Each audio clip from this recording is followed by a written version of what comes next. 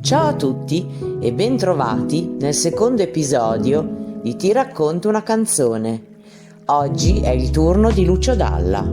Come sapete, vi avevo dato due scelte. Ho deciso di accontentare tutti e due, quindi partiamo con Caruso e poi La casa in riva al mare. Possiamo trattare le altre canzoni in un'altra puntata. Lasciatemi un commento a riguardo. E ora iniziamo con Caruso. Il brano vide la luce nel 1986 a Sorrento. In seguito ad un guasto alla propria imbarcazione, mentre si trovava fra Capri e Sorrento, Lucio continuò a navigare a vela per qualche miglio, ma poi decise di farsi aiutare da un amico, il proprietario dell'Hotel Excelsior Vittoria di Sorrento, che lo raggiunse e lo trainò fino al porticciolo della cittadina, invitandolo ad alloggiare nella suite nominata proprio Caruso, chiamata così perché lì trascorse gli ultimi giorni di vita il grande tenore Enrico Caruso. Poi conobbe Alfonso Leonelli, il padrone del bar nel porto di Marina Piccola, che raccontò a Dalla la storia del soggiorno sorrentino del tenore e del suo tormentato amore per una ragazza. Nel 1921 Caruso si trovava a Sorrento in convalescenza dopo essere stato operato a un polmone in seguito a una pleurite. Lì si innamorò di una giovane donna cui dava lezioni di canto. Una sera, sentendo ormai vicina l'ora della sua morte, si fece portare il pianoforte in terrazza e, ispirato dal panorama offerto dal Golfo di Sorrento, cantò con una tale intensità da essere udito fino giù al porto. Caruso poi non morì a Sorrento, ma all'Hotel Vesuvio di Napoli. Dalla, affascinato da quella storia così romantica e drammatica, raccontò questo: «Mi ero inventato la scena dei suoi ultimi momenti. Quando pensa alle notti lì in America, era un passaggio che nell'86 per me, che stavo per partire per un tour negli Stati Uniti, aveva un significato particolare. Per me, quel te voglio bene assai, messo in quel punto della canzone, significava darle il marchio della napoletanità».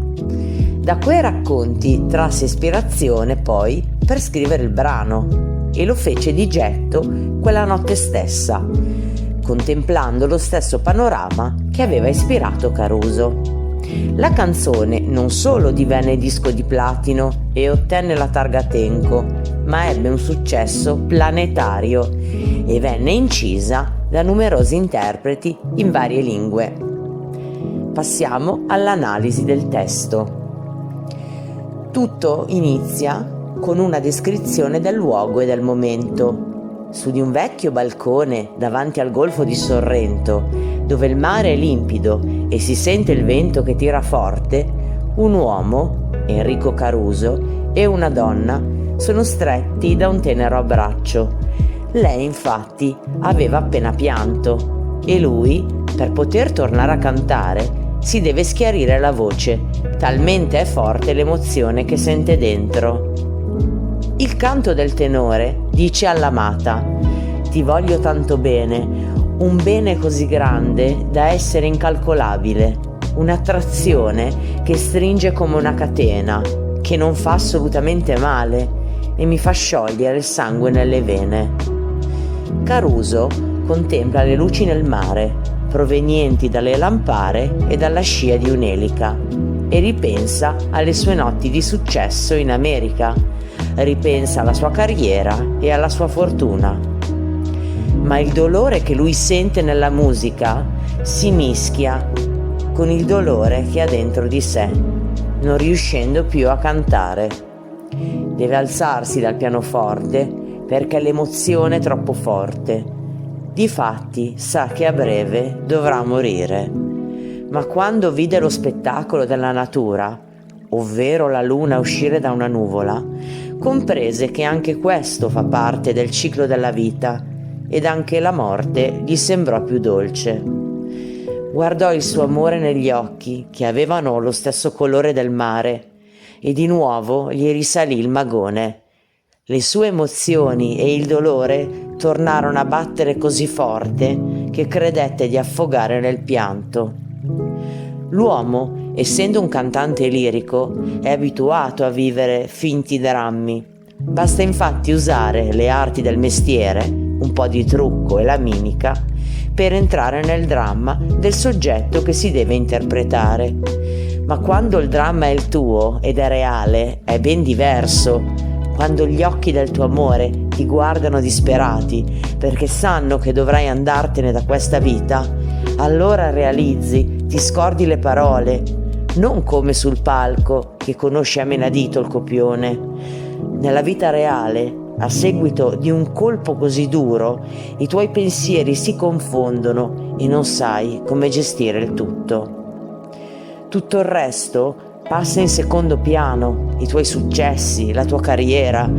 Quando te ne stai per andare, ti guardi indietro e vedi la tua vita passare tutta ad un fiato, come una scia bianca. Caruso poi prende consapevolezza che purtroppo questo è il destino di tutti gli uomini. La vita finisce e quindi non volle pensarci troppo, perché finché era al mondo era giusto godere di ogni attimo. Quindi si rincuorò e fece ciò che amava, andare avanti a cantare per la sua donna. Se vi è piaciuta questa analisi, fatemelo sapere con un mi piace e un commento. E ora passiamo a un'altra perla, La casa in riva al mare, iniziando sempre con qualche informazione. Il pezzo è un 45 giri di Lucio Dalla, pubblicato nel 71 assieme al brano Itaca della RCA.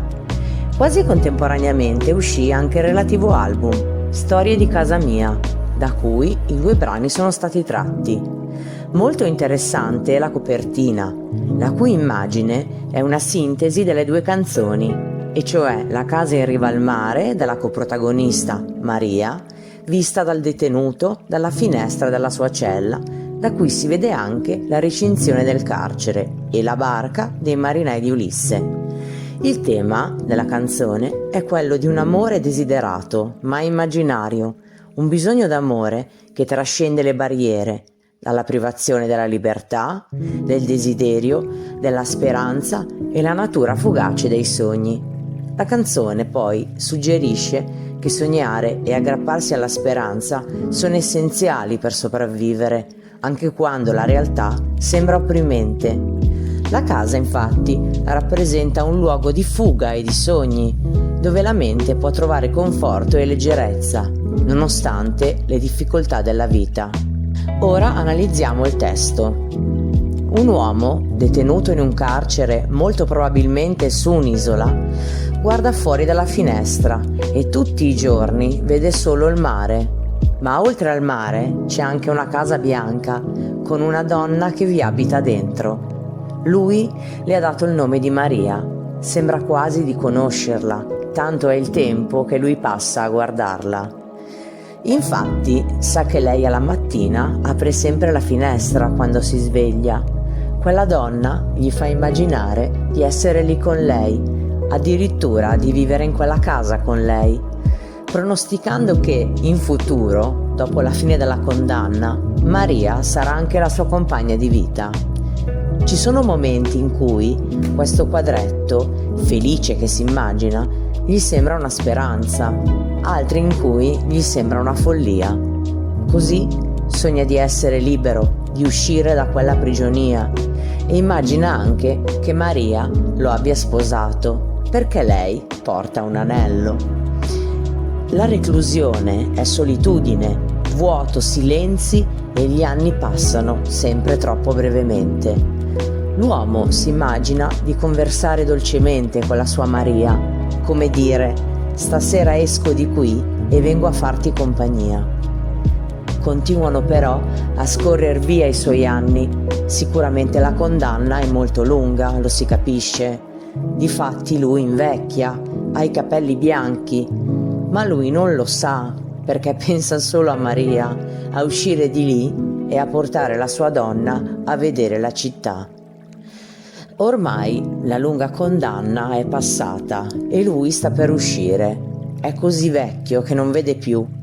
Nonostante ciò, ha ancora sempre solo Maria nel cuore. Però lei non è più al mondo e lui è rimasto solo in mezzo al blu. La fine della canzone si chiude con "E poi fu solo in mezzo al blu" e il coro che risponde "Vengo da te Maria", come a voler significare che l'uomo sta per morire e finalmente può raggiungere la sua Maria. Bene, per oggi è tutto. I testi sono in descrizione e se anche questa analisi vi è stata di gradimento, per piacere fatemelo sapere con un commento o un like. Questa è Ti racconto una canzone, la rubrica di biografie, vite e opere. Io sono Ale e vi ringrazio di aver partecipato. Iscriviti se ti piacciono i temi che tratto, non perdere gli aggiornamenti attivando le notifiche. Ciao e buona vita a tutti!